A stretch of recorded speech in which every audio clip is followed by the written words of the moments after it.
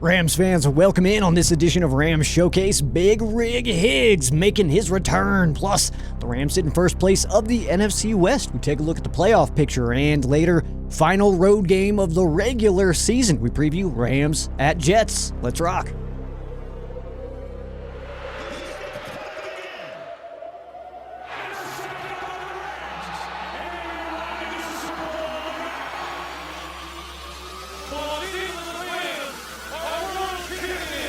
This is Rams Showcase with your host, Sheriff Joe Bags. Yes, welcome into it. I am Sheriff Joe Bags. This is Rams Showcase at Rams Showcase at Sheriff Joe Bags. RamShowcase.com. That's where you follow along on the internet. Got a pretty cool show for you tonight, as of course we are previewing the final road game of the Rams regular season. Doesn't mean this is the final time the Rams will be playing football outside of SoFi Stadium.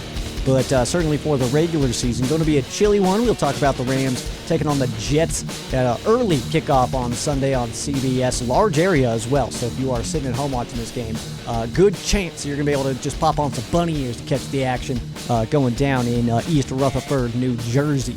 Joining me also, we get Boy Green, friend of the Joe, friend of the show for a long time. And we'll be talking, of course, with him a little bit later on about this matchup. Big old Jets fan, host of the Jets Zone podcast, and does all kinds of cool stuff. So definitely check that out. Fan Casel's on the back end as well. But first, let's dive into the news. We'll start with this one because the reports of the Miami Dolphins waiving wide receiver Odell Beckham Jr., Bro BJ, as he was once known as on this podcast, on a pretty sweet Super Bowl run. You might remember it. But, of course, Miami Dolphins did waive OBJ, and Rams fans immediately were like, yo, we like this guy. Bring him back in. And I love OBJ. I've always been a big fan of OBJ. Loved him with the Rams for sure. He was on pace to absolutely light up the Super Bowl. I'm not going to say necessarily for sure Super Bowl MVP, because maybe if he stayed in the game, maybe Donald does, I don't know. Either way, he was killing it for the Rams in the Super Bowl. Big part of why the Rams were able to take home some hardware, which was pretty sweet stuff. But it doesn't look like he's going to be making his way back to Los Angeles, so we'll see where he may end up, but it doesn't look like it's with us. McVay did say that it was something that they were not exploring, and if you are a regular consumer of the Sean McVay press conferences, seems to be pretty easy to tell when he's telling the truth or a lie. And so when I read the comment that the Rams weren't interested or not looking into Odell Beckham Jr. if he had cleared waivers, which he has now, I read that comment and was like, oh, it's probably a lie. And then I saw Sean McVay say it and was like, oh yeah, he's definitely telling the truth. He just very much was like, no, we didn't explore that. And I don't know if that makes any sense unless you kind of know when McVay is totally lying to us, because he's very vague and stuff like that. And he just got a little bit of a smirkish, feel to it, I guess. But also a more recent comment from Sean McVay said, I love Odell. It's not something that I think is something that we're looking at right now. So I would take that as to say OBJ probably not returning to Los Angeles, likely not returning to Los Angeles, unless we see something crazy happen in New York this weekend at the wide receiver position, and the Rams are looking. But OBJ may sign ahead of that. It is, of course, Wednesday of date of recording, the 18th of December, so not sure where he's going to land, but likely with a contender. There's also a lot of contenders on AFC and NFC sides looking at playoff spots that could certainly use some wide receiver help. So I don't think there will be a shortage of teams reaching out to OBJ, and I think he's kind of right to take this time to maybe see where he wants to fit in. And actually I had a buddy tell me, he's like, I don't really like OBJ anymore. Seems like a ring chaser. And it's like, well, I mean, everybody's motivated by something different. You know what I mean? Like some people are money chasers. They're just going to go to the team that gives them the most guaranteed money. Some people are championship contenders. That's what they want for. Like somebody like maybe OBJ, who is trying to find good teams, wants to stack the hardware. And then others are loyal to cities. Some want to be close to their family. That's why Darius Williams went to the Jaguars for a little bit, because that's where his family lives. So he wanted to be closer to them for a little while. So everybody's got their different motivations. And OBJ, hey, if you want to ring chase, dude, I support that. That's awesome. All right. If I could win championships, I would too. All right. If I could just go sign with the sickest team in the league every single year and just stack dubs, dude, Yeah, sign me up, man. Moving on, Saturday prime time. Get ready for the lights. SoFi Stadium lights on a Saturday night. The Arizona Cardinals coming to town next week, Week 17 action, and the NFL announced the Cardinals at Rams will be played on Saturday, December 28th, 5 p.m. Pacific time kickoff, and will be televised on NFL Network. I believe it's Rich Eisen. I don't have those in front of me right now of the futures of commentators, but I think Rich Eisen is on that game. And we kind of got a hint on this. It was a few weeks back that Rich Eisen had mentioned that the Arizona Cardinals and Los Angeles Rams game could be Saturday night in prime time and that he would be on the call. So kind of seems like he would maybe know that possibly, you know what I mean, if he needs to I don't know, travel to LA. He's in LA. That's where his show's at. But to get over to SoFi Stadium and get this game knocked out. But, of course, this is a big one for the Rams next week. We'll dive into, of course, the full game preview. But the Cardinals did defeat the Rams 41-10 in Week 2.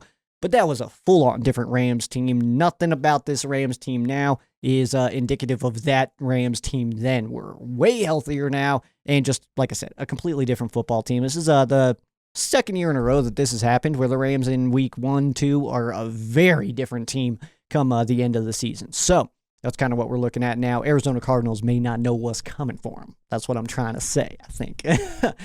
Some transactions for you. We'll start with the big one, the awesome one. Tyler Higbee, Big Rig Higgs, making his return to the football field after going down with a torn ACL in Detroit in the playoff game last year.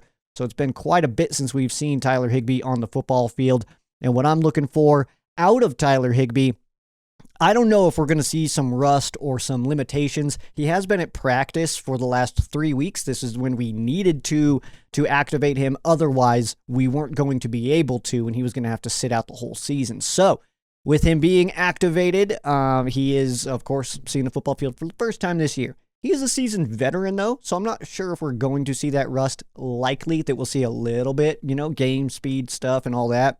And also, Jets don't have a terrible defense, so it is a good, barometer to get him out there. And a plus that Davis Allen, Colby Parkinson, even Hunter Long have been getting plenty of playing time. So if Higbee is a little bit, rusted up, then we've got guys that can come in and definitely perform and fill that role if needed. But what I will say, what I'm looking for in this with Tyler Higbee's return is the run blocking. I am thrilled to see Tyler Higbee return for the run blocking schemes. Him and Cooper Kupp and now Puka Nacua being able to run to run block outside of the offensive line is a position to really, really open up some run lanes. So Kyron Williams, Blake Corum, I'm expecting some good stuff these last 3 weeks with that extra help in the blocking game. And don't get me wrong, Colby Parkinson, Davis Allen, Hunter Long, those guys are not bad players by any means, but Tyler Higbee is the starter, and we've been missing him, especially in the run game on those run blocks and stuff like that. So to get Tyler Higbee back, absolutely crispy, dude. Absolutely loving that for sure. Also, Rams did place linebacker Nick Hampton on IR. He did get a torn pec, so that was an expected move, which is unfortunate. Also, some news coming out from the Rams on Nick Hampton. He's doing some charity stuff out there, so head over to the Rams socials, get info on that, and see how you could help out if you are more local than I am.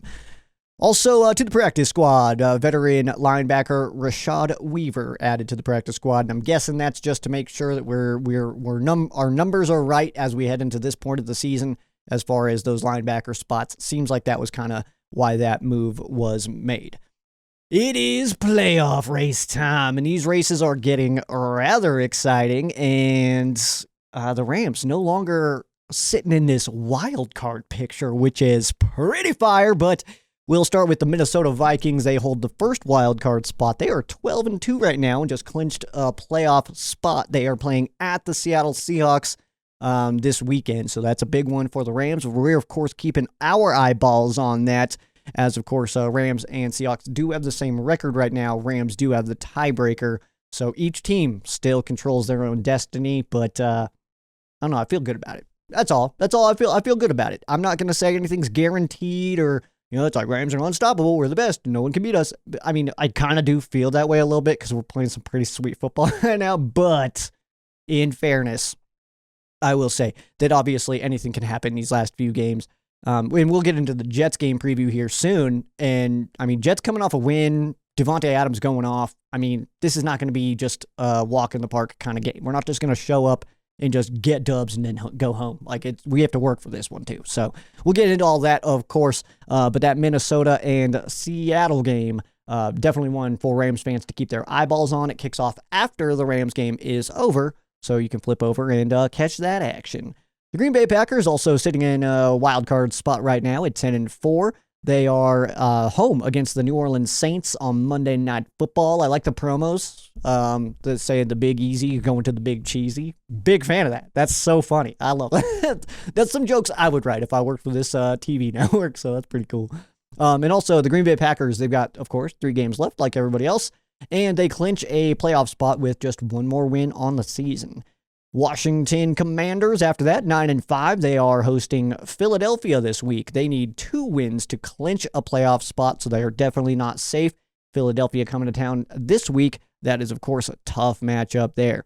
We got Seattle sitting just outside of the playoff picture. Of course, like we mentioned, they are taking on the Minnesota Vikings. Atlanta right behind them, making that big quarterback change. Kirk Cousins, big dollar Kirk Cousins, is getting benched for Michael Penix, who was one of my favorite quarterbacks in this draft class.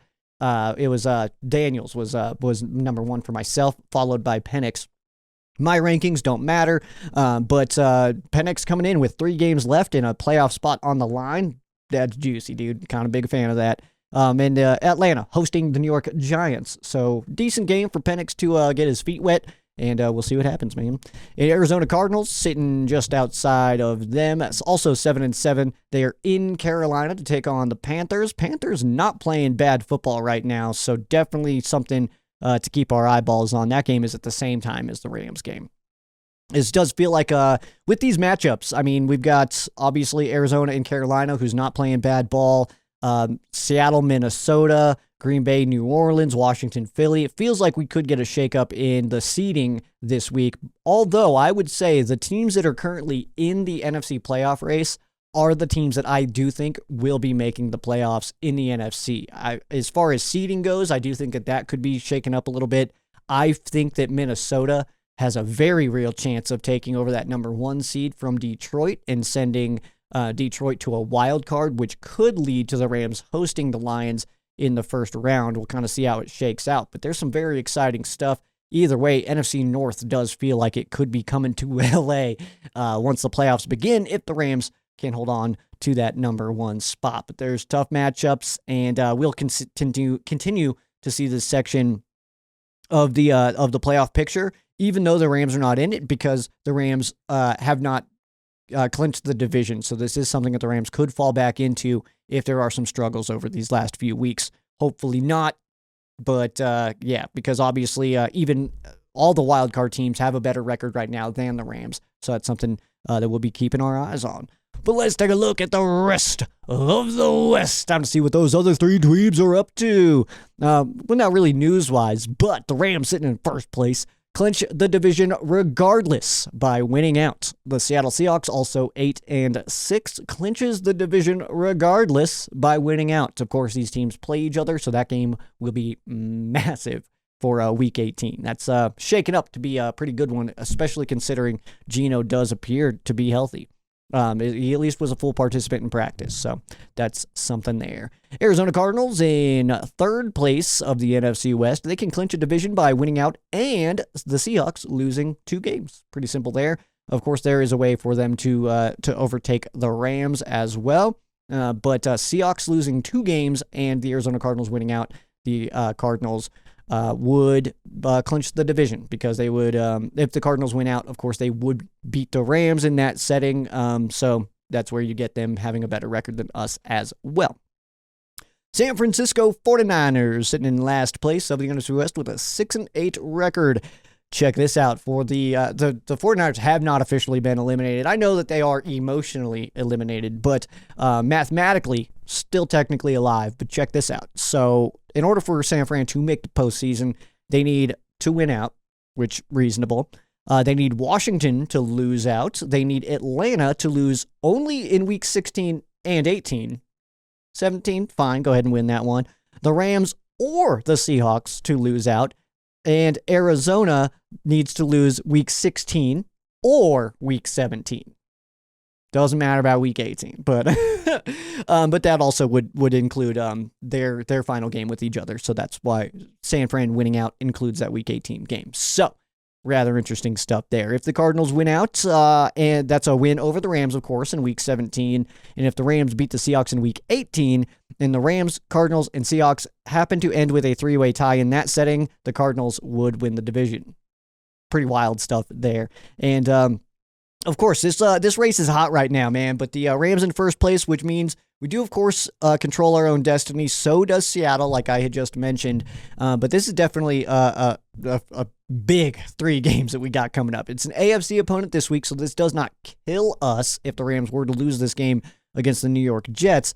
But those last 2 are absolute must-wins. Just go ahead and win those. Go to the playoffs. See what happens there. All right, because I talk about this all the time. Just get to the dance, okay? That is the goal. Get to the dance. You close the deal there. Doesn't matter if you had the most elaborate invite, okay, or if you're in the door first, or if you get a bye or anything like that. Get in the door of the dance.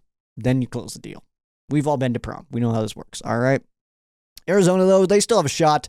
What I would say about, Arizona and San Fran, what feels like both of these teams need to make the playoffs would be just some full-on tragedies along the NFL landscape, right? They just need some bad things to happen to some good people and for good things to happen to them, all right? So if we see any plane crashes or anything like that, John Lynch, I'm looking at you, man. I'm looking at you. All right, before we get into our game preview that's headed your way next, it's time to hear from today's sponsor, Underdog Fantasy, UnderdogFantasy.com. You can check them out there. Over 5 million happy players, over $2 billion won. Get a couple of those bucks for yourself, dude. Heck yes, all right? If you think Matthew Stafford's going to have higher than 280 passing yards, hammer that. If you think that Breece Hall is going to have lower than 68 rushing yards, hammer that, man. Put some dollar bills into your pocket as we get into the playoffs. You're going to need to buy some new Super Bowl merch, some new NFC champion gear, all that good stuff, man. So I'm feeling pretty good about it. Also got that vulture protection. If you designate a running back to score a touchdown in your pick 'em entry, they get vultured. You can get your pick rescued, which is really, really awesome. Underdog also available in 33 states. That does include California. Rams fans. Texas and Georgia are also included. But my favorite part about the app, I talk about this all the time, dude. I'm not over it yet. How easy this app is to use. Absolutely love just the simplicity of it. You can open the app, start hammering off your picks, and then just you're done. And it takes just a couple of seconds, and just stay with it, especially Rams playing early. So that afternoon window going into the night games and stuff like that, it's a good time. And with the playoffs around the corner, man, this is about to be a blast, man. And with again, how fast you can hammer it. You open the app, search LOS, enter, and then the Rams game will pop up. You're making picks, man, and hammering that stuff right away, which is super sick. You just got to download the app today and use promo code SHOWCASE. You get up to $1,000 in bonus cash instantly. Up to $1,000 in bonus cash instantly. Promo code SHOWCASE when you download the app, or you can head over to UnderdogFantasy.com. Must be 18 or over, 19 over in Alabama and Nebraska, 19 over in Colorado for some games, 21 and over in Massachusetts and Arizona, and present in a state where Underdog Fantasy operates. Terms apply. Void in Colorado. Concerned about your play? Call 1-800-GAMBLER or visit www.ncpgambling.org. In Arizona, 1-800-NEXT-STEP or text NEXT STEP to 53342. In New York, call the 24/7 HOPE line. That is 1-877-8-HOPE-NY, or you can text HOPE-NY. Underdog Fantasy, higher or lower, you make the call on Underdog, dude. We got your full game preview. Rams taking on the Jets. That's coming up next on Ram Showcase.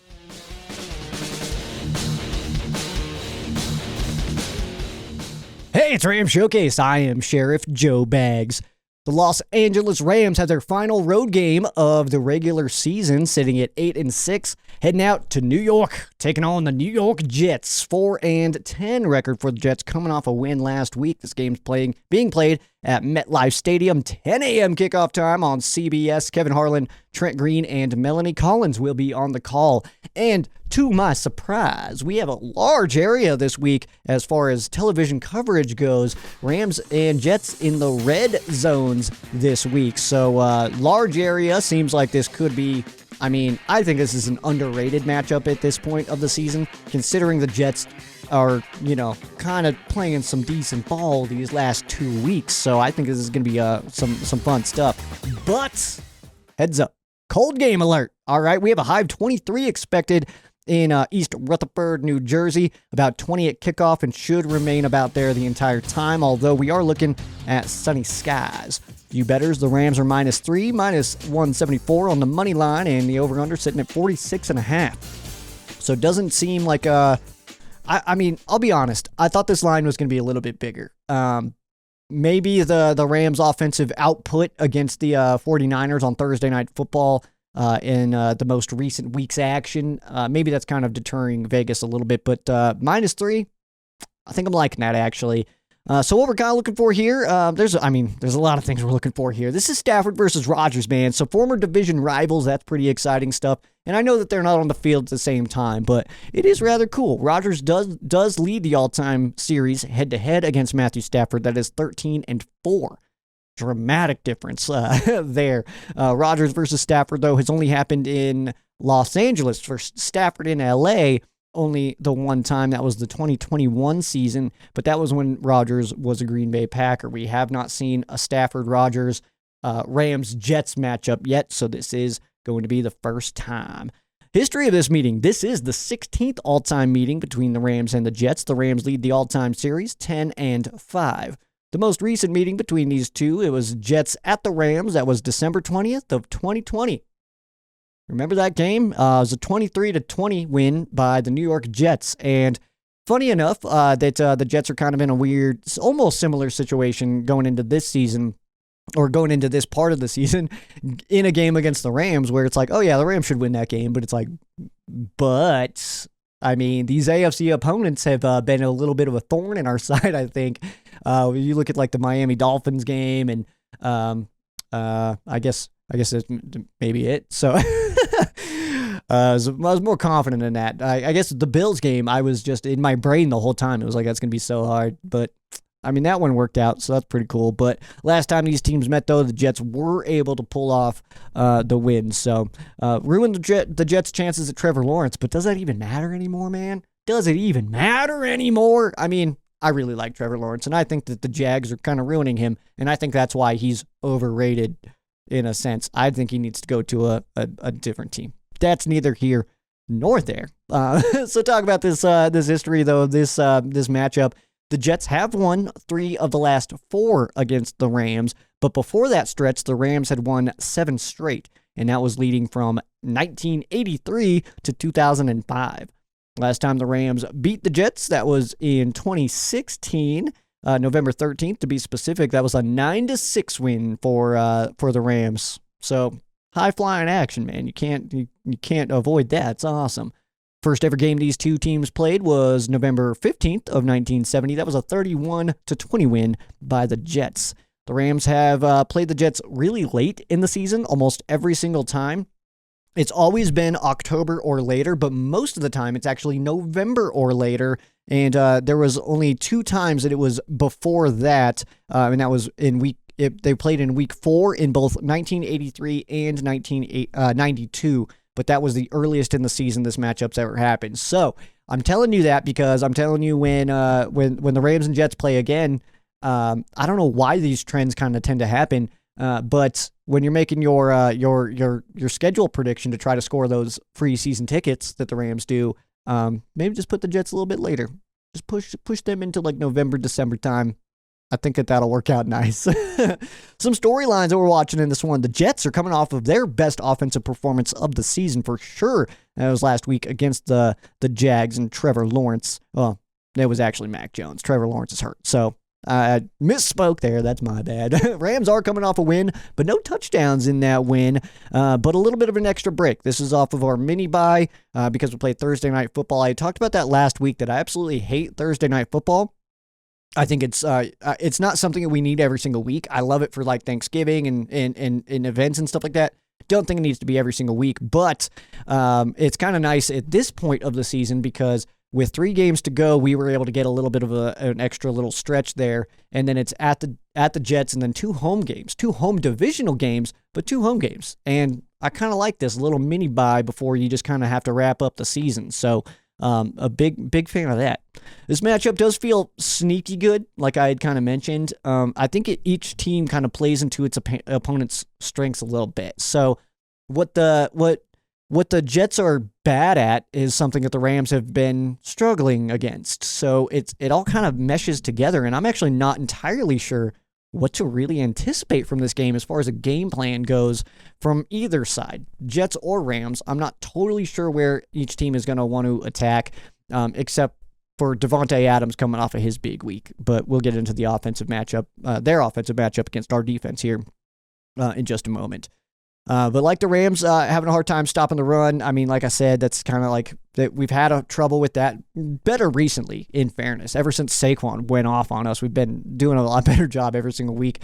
But the Jets under 90 a game. I mean, that's kind of tough to handle. But they're kind of on an upswing in that regard as well. The Rams able to attack through the air, though, and they are going against the 5th best pass defense. Stuff like that, man, is what I'm trying to say. So, like, it seems like what we're good at, they're good at defending. What they're bad at, we're bad at defending kind of thing is what I'm trying to get at there.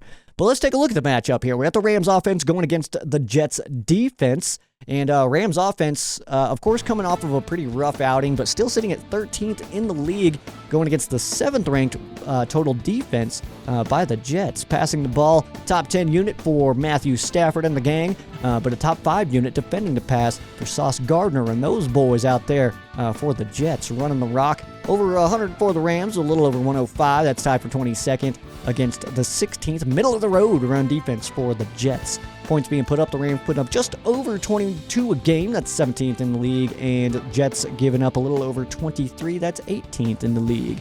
Third down conversion rates. Rams sitting near the bottom here, tied for 24th with just a little over 35%.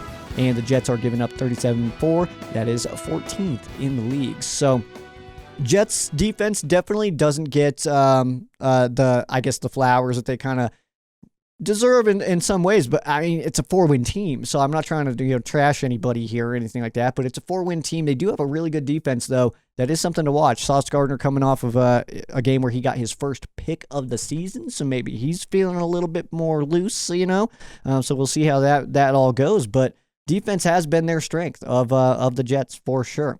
They have done well on offense in the last few weeks, but their last 2 games have been their games where they've given up also the most passing yards. So while their offense is also taking a jump right now, their defense is giving up a lot more passing yards than they had all season. They're certainly capable of getting got in the run game. The Rams are, the Jets are. They're certainly capable of getting got in the run game. They get stuffed a lot there. Coming off of a game of 125 though. But before that had 3 straight games of under 100. Rams coming off of a 160-yard passing day against the San Francisco 49ers. There was definitely weather, and that's what we'll say, all right? We'll say it was weather, all right? Because it seemed like Matthew Stafford wanted to turn the ball over there for a little while in the first half. He was like, hey, man, chill those out. But they kind of commented on it, too, that, with the rain and stuff like that, it's like Stafford doesn't make those throws. Like, he does not do that. It's weather related, you know what I mean? So, and Rams have not had to deal with bad weather, cold really at all this year. So I do think that was a big factor. Rams also have no turnovers in the last 3 games and only 1 in the last 5. And that was that they have 12 on the season, but no turnovers in the last 3 games. Matthew Stafford has not turned the ball over in his last 5 starts, which is absolutely incredible. And like I said, only 1 in the last 5 games, which is absolutely awesome. That was Kyron Williams on a fumble. The Jets defense, though, has 4 turnovers in the last 3 games. They had 2 last week and then 2 3 weeks ago. So that's kind of where we're sitting right there. Best matchup on this one, I'm going with the Jets edge rushers against the Rams tackles. Mainly, I'm looking here at Will McDonald IV versus A.J. Jackson. That left tackle spot is going to be a fun one to watch. This is going to be a fun battle this weekend for sure, dude. So McDonald, pretty versatile in his rushes. He's also, there's plays where he's backing up into coverage or, kind of playing a little bit of a spy role. He's not going to need to spy Matthew Stafford, of course, but we have seen Stafford turn up the turbo a little bit these last few weeks. But that also, you don't need to spy Matthew Stafford, so I'm getting at here. Jackson, certainly not a weak link in the Rams offensive line, but honestly, if I had to pick a weak link of this Rams offensive line, I think I'd go Bo Limmer just off of default settings because dude's a rookie. I think it's just an experience pick at that point. You know what I mean? So we got that going for us. Great offensive line right now, and everybody's healthy. So big news, man. Just feels like one of those, if the Rams win this matchup, stop, Will McDonald IV from just destroying souls out there, that they've got a good chance to win. It kind of just feels like one of those matchups. Like win this, and you got a good chance to have more points than the opponent on the back end of the game here. Let's take a look at the 3-2C. We'll start with Kyren Williams, of course, running back, kind of killing it right now. Kyren has been, ever since that game where he had those 2 fumbles, and Rams fans were falling out on Kyren Williams. Rams fans were like, we need to see Blake, and Kyren can't hold on to the ball. What's going on here? Kyren, though, absolutely on fire right now. And one thing to look for when it comes to Kyren and against this Jets defense is the Jets give up red zone touchdowns 60% of the time, and Kyren is a little bit of a red zone assassin. So when the Rams get down there, if all the rushing touchdowns, except for now Puka has one, have come from Kyren. So when the Rams do get into that area, look for him. And then, of course, like I said, 60% of the time, you're getting in every time against the New York Jets. So definitely watch for Kyren when it gets to the red zone. Jets also give up a quarter of their 4th down defensive attempts. We've seen Stafford taking most of those in a little bit of a sneak situation. But at what point do you kind of be like, all right, we've been playing with fire. Let's just go ahead and run our running backs instead, because we've seen, 3 QB sneaks from Stafford over the last X amount of weeks. I'm not sure exactly how far back those go, but we've seen that a decent amount lately. And again, we're just kind of playing with fire. Let's just put in Kyren about that. All right, let's get a little less danger in here. All right, as we head into the postseason with our old quarterback. All right, let's call it what he is. He's an older dude, but he's absolutely killing it. So there's that part. We're also going to go with Cooper Kupp next up on the 3-2C. Everyone talking about the Cooper Kupp 0 reception game. I know in this fantasy world that we are in, it might sound like Cooper Kupp had just a terrible day. What a loser, dude. 0 receptions out here. That's not really the case. You watch the game again. It didn't. I said we have 160 passing yards, dude. So you factor all that stuff in and then also watch the game. And when the Rams kind of knew that it wasn't going to be a high-flying day, game plan changed, started running the rock, and Cooper Kupp became this just a Swiss Army knife of not getting receptions or touching footballs, but instead opening it up for others, dude. So that was absolutely awesome to see. Obviously, we know that Cooper Kupp and his run blocking and then blocking after one of his teammates makes the catch, absolutely top tier. So I'm not really worried about all that stuff. But of course, he is a wideout.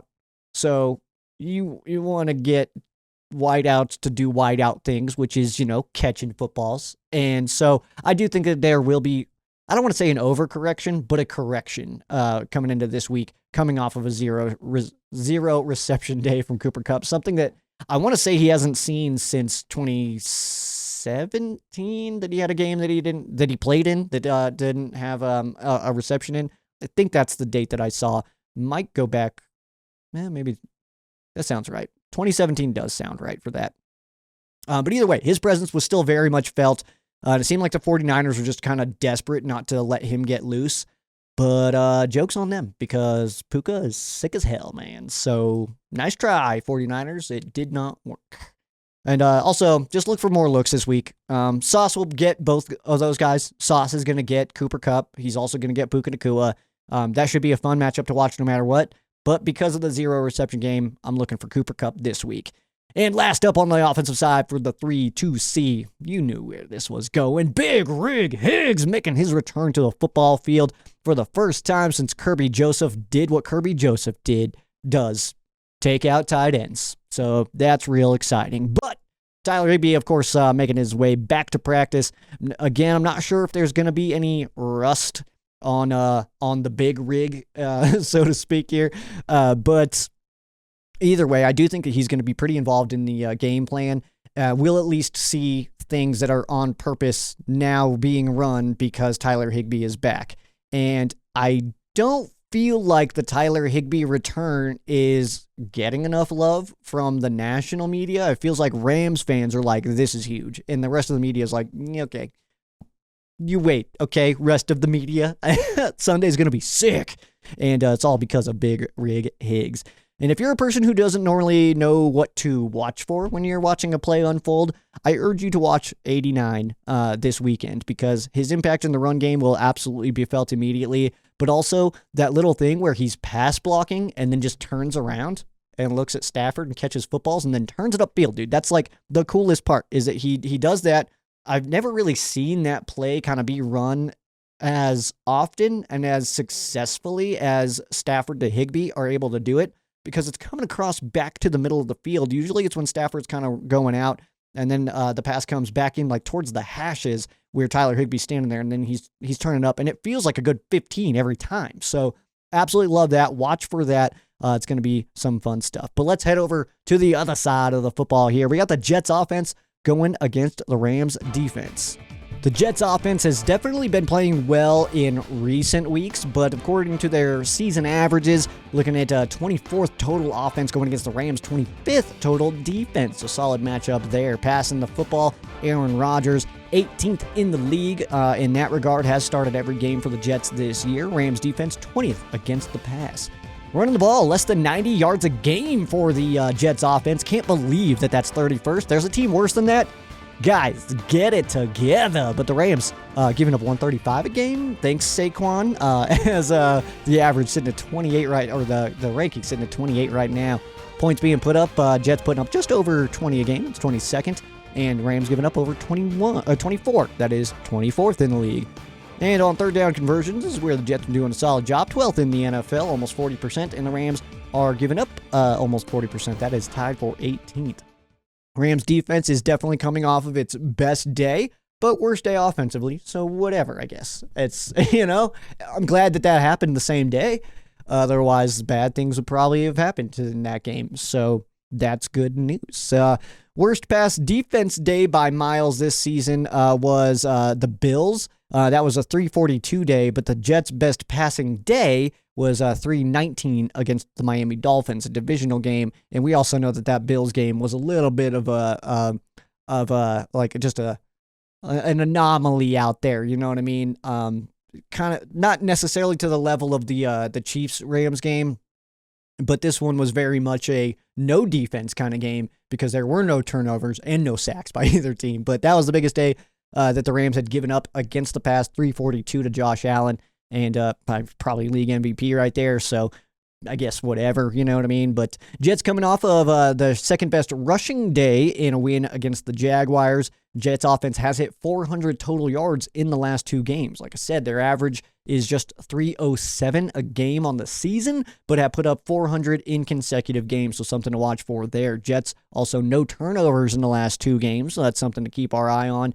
And the Rams defense has only one turnover in the last 4 games. This is something that the Rams defense has been really good at for most of the season, but only one in the last 4 games. Before that 4-game stretch, before all that happened, Rams had 11 turnovers in the last 5 games. So definitely a dip in that regard. We kind of know that turnovers are one of those things that kind of tend to come in bunches. And maybe this is one where we can start that rhythm going as we head into the postseason. Would be a good time to get those bunches rolling right now. But like I mentioned it as well, since Saquon's big day against the Rams a couple weeks back, Rams have steadily given up less rushing yards each game. And Jets coming off of a 125-yard rushing day, but hadn't hit 100 in the previous 4 straight games. So definitely something to keep our eyes on there. And this Rams run defense has been playing really solid. And I know that the 49ers were down like 8 running backs or whatever, but definitely, I mean, that's the talent was still there, man. So I mean, just doing a good job of just stuffing up the run lanes and stuff like that. And obviously, when somebody like CMC is in there, it's a different situation. But he wasn't, so I don't know what you want from me. I don't know what you want from me, man. But also, I think that coming off of a big day and a win for the Jets, I think that draft position is no longer a big concern for them. And I actually don't think it really was a concern for them at all, because they fired Robert Saleh in the early portion of the year. They've got Brick in there right now as the interim guy, and let's be real, probably not returning, right? They're already doing GM interviews, and this coach and this staff is likely not returning. So why would any of them care about future draft picks for the Jets that they're not even going to see? They're not even going to make those picks. So they don't care where the Jets draft in April. They want to win some football games, man. These guys are trying to get jobs out here. So I don't think that we see any player or any coach on this team that wants to lose for the Jets. I just don't think we see that. Where they're sitting right now, it does seem like the top draft picks, with like the Panthers and the Giants and the Raiders and stuff like that, those are the teams that are going to be picking really, really high. The Jets, with that win against the Jaguars, kind of push themselves out of that range a little bit. So, and then you factor that in with the fact that most of these people are not going to be returning. It's possible that Aaron Rodgers doesn't return. Devontae Adams doesn't return. So why would any of them care what pick the Jets have in the draft? Not buying any of that. So if you think the Jets are going to roll over for a draft pick, I'm not buying that one bit. Are we a better football team than the Jets? Yeah, probably. All right. But that also doesn't necessarily guarantee anything. It doesn't guarantee anything. So just keep that in mind when you're watching the game on Sunday. All right. That's all I ask. That's all I ask. Best matchup here. We're going to go with Adams and Wilson versus Darius Williams and Kobe Durant, who has been officially cleared to return to practice. So it does look like him. But I put Kobe Durant, Ahkello Witherspoon. I was waiting for some news there, but Kobe did get cleared to play. But we should see a good chunk of Ahkello as well. Either way, though, no matter who's being covered by who, whether it's Williams on Wilson, Williams on Adams, Ahkello on Adams, Ahkello on whatever the combo happens to be, Adams starting to get a really solid rhythm with Aaron Rodgers, so that's something to keep our eye on. Also, Wilson is an awesome receiver. I don't think he gets the love that I think he kind of deserves around the rest of the league. I think he's an extremely talented wide receiver, Garrett Wilson, man. I'm a big fan. If he ever found his way over to the Rams, I wouldn't be sad about that. That can happen. But he's taken full advantage of having Adams getting some eyeballs from the secondary players. So Wilson definitely, he's doing what Puka and Cooper do. I mean, this is a great combo as well, the Adams and Wilson. It's not Cooper and Puka for sure, but very, very solid combo, and definitely something the Rams are going to have their hands full with when it comes to these corners, especially considering the 20th ranked pass defense coming from the Rams. It's also likely to see some mix match in here, but again, these wideouts are just really good. These are the kind of guys that can ruin your day, though. Like, if you think the Jets are just going to come in soft because they're already out of the postseason, I just don't. They're coming off a big day, big win. Draft position be damned. This coaching staff won't be able to reap the benefits anyway, so I don't think it really matters to them. But yeah. Let's go into the 3 to C here, man. So, Jared Verse. We're going to start with Jared Verse because I like to put him on here every week. Because why the hell not, dude? 3 to C, you should be watching Jared Verse. All right? You should be. That's just the way it is. Rams coming off of the no-sack day against Buffalo, and then poor Brock had to feel the heat on that one, man. But no sacks for Verse last week, which means a few weeks in a row that he has not gotten a sack. So, I'm looking for him to get that battle between him and Fisk going a little bit, get that a little bit more juicy as these guys are having their little their little sack race amongst themselves. And I think Jared falling a little bit behind in that regard. I think he's going to be coming for Aaron Rodgers for sure. Going against Fashanu. And I don't know. I like it, man. I like this matchup. Fashanu definitely no slouch, man. But Jared is out here pushing around top 5 guys. And he's here to destroy your soul. And sorry about it, Aaron Rodgers. But your soul, get destroyed, dude. That's what's happening. Next up, Kobe Turner. Turner is coming off of a real big day, man. We all do it ourselves. I hope you do as well whenever he gets a sack. Oh, man, I absolutely love it.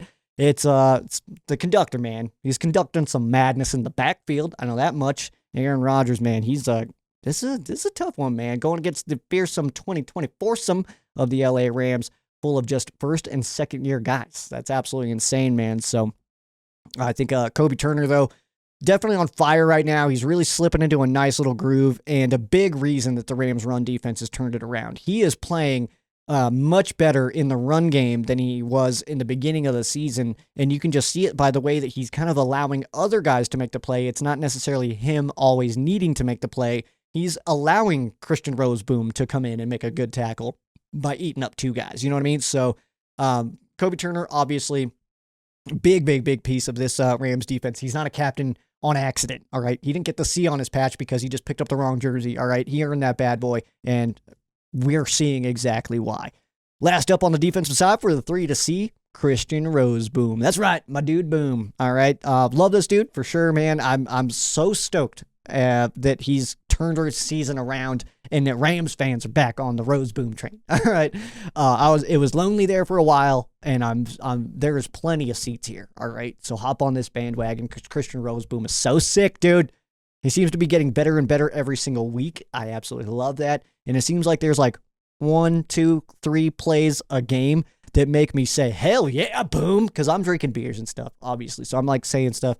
I'm getting crazy out there, man. And I've been a Christian Roseboom fan for this whole season, for a few years now. And now to see him actually performing how I always felt like he could is rather exciting, man. So that's been really fun, man. But dude is out here cracking skulls and crushing souls. And I think that I'm officially now not only on the I support Roseboom train, but I think I'm on the extend Roseboom train. All right. The extend Roseboom train. All right. Because now being the leave Roseboom alone, that phase doesn't really make any sense anymore. He's got a lot of fan support, which I'm absolutely stoked for. Let's take a look at some connections in this game. Former Rams who are now on the Jets. Greg Zorlan, Greg the Leg, Young Jeezy, Legatron, whatever you want to call him, man. Yeah, he's kicking footballs for the Jets, of course. But Greg Zorlan, I got a Super Bowl Media Day jersey sitting in my closet right here. Absolutely love that. I am getting frames, so I got to put that bad boy up. I got to try to find a space.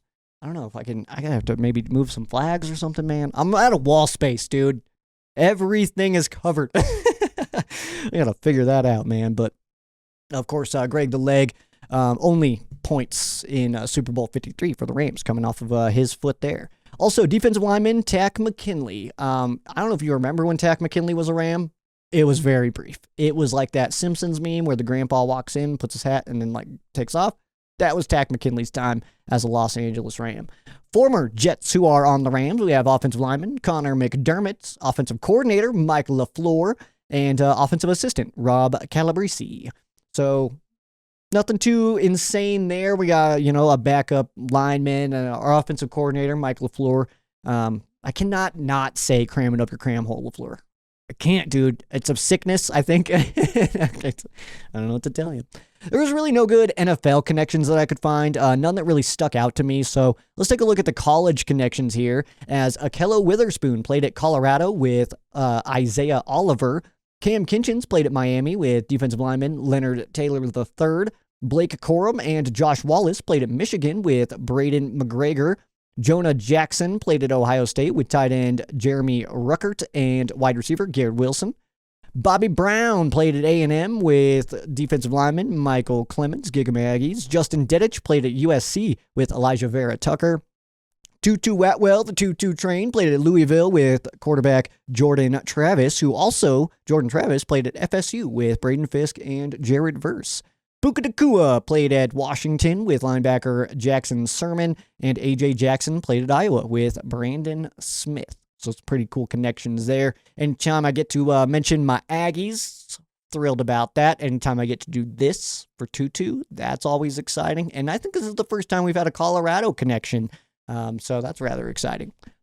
I'm a Colorado kid. All right, that's why that's exciting. I realize I'm like covered in LA stuff right now, but being out here in Colorado, I like to see it, man. I like to see it.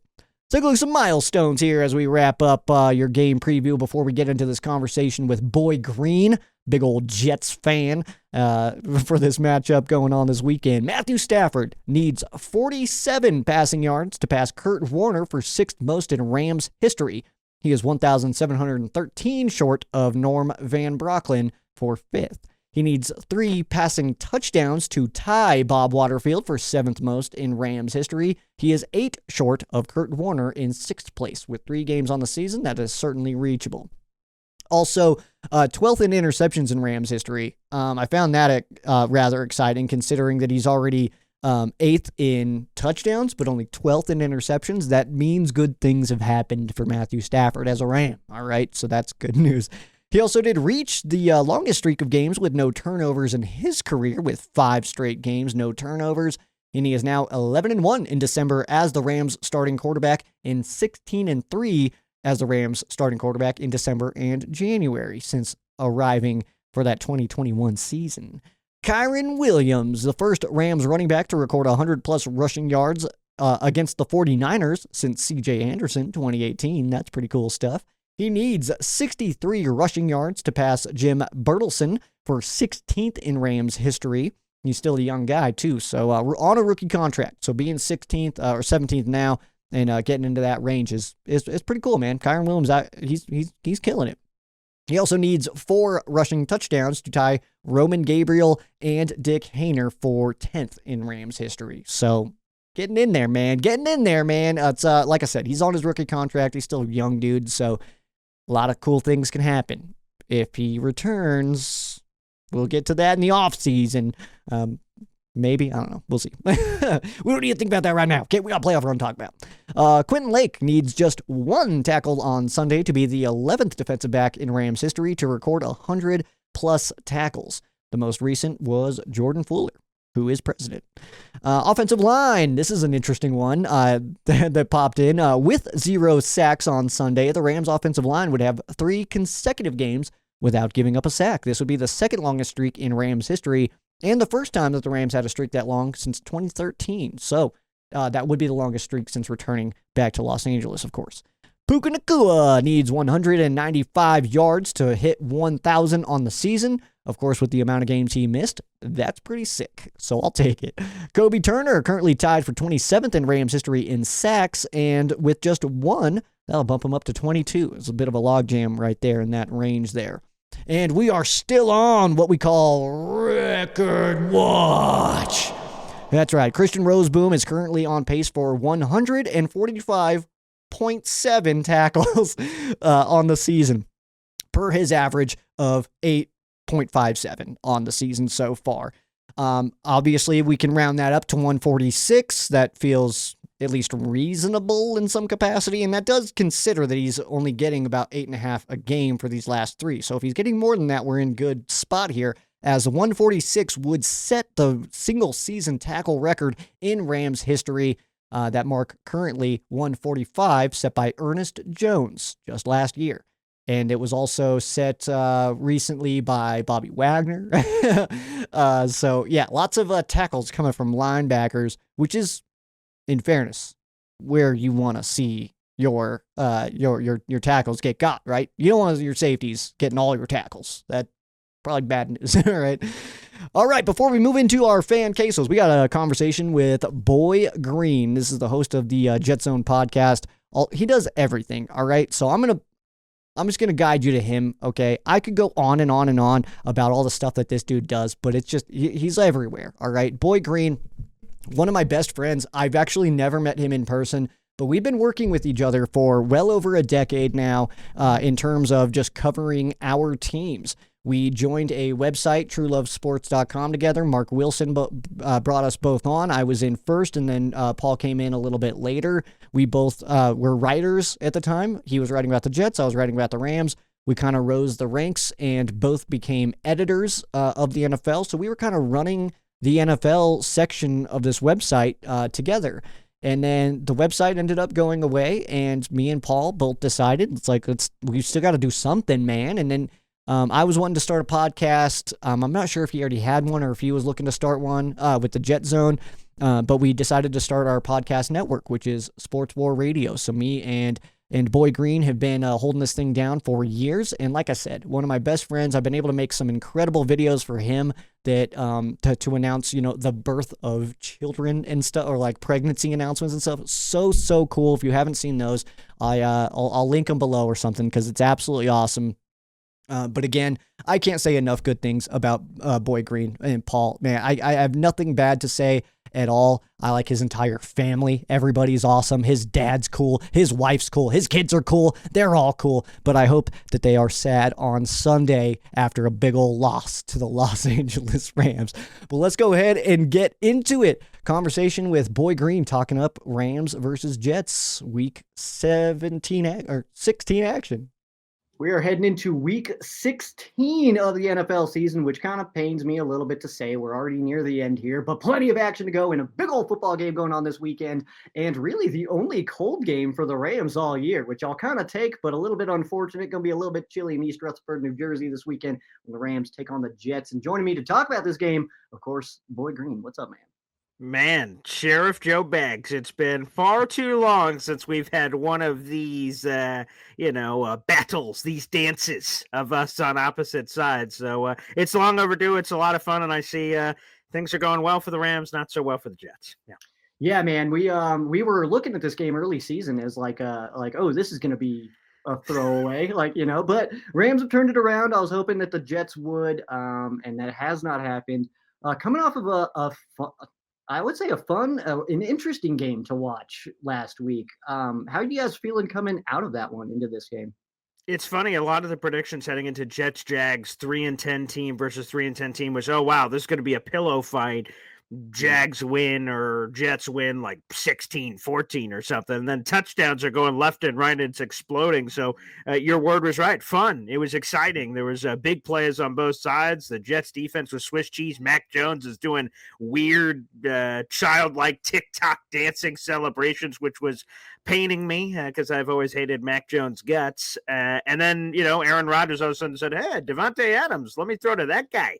And then it blew up. So it was a lot of fun. And quite frankly, Joe, I think it reinvigorated Jet fans and the Jets themselves. That was their first win since Halloween, and we're days away from Christmas. So I think it really reinvigorated the fan base of saying, while in some respects, the Jets are mathematically eliminated, but like, F it, let's just win a bunch of games and do some Aaron Rodgers stuff and score some touchdowns and have a lot of fun. So I could speak for me. It definitely reinvigorated me as a fan and fired me up for this final stretch.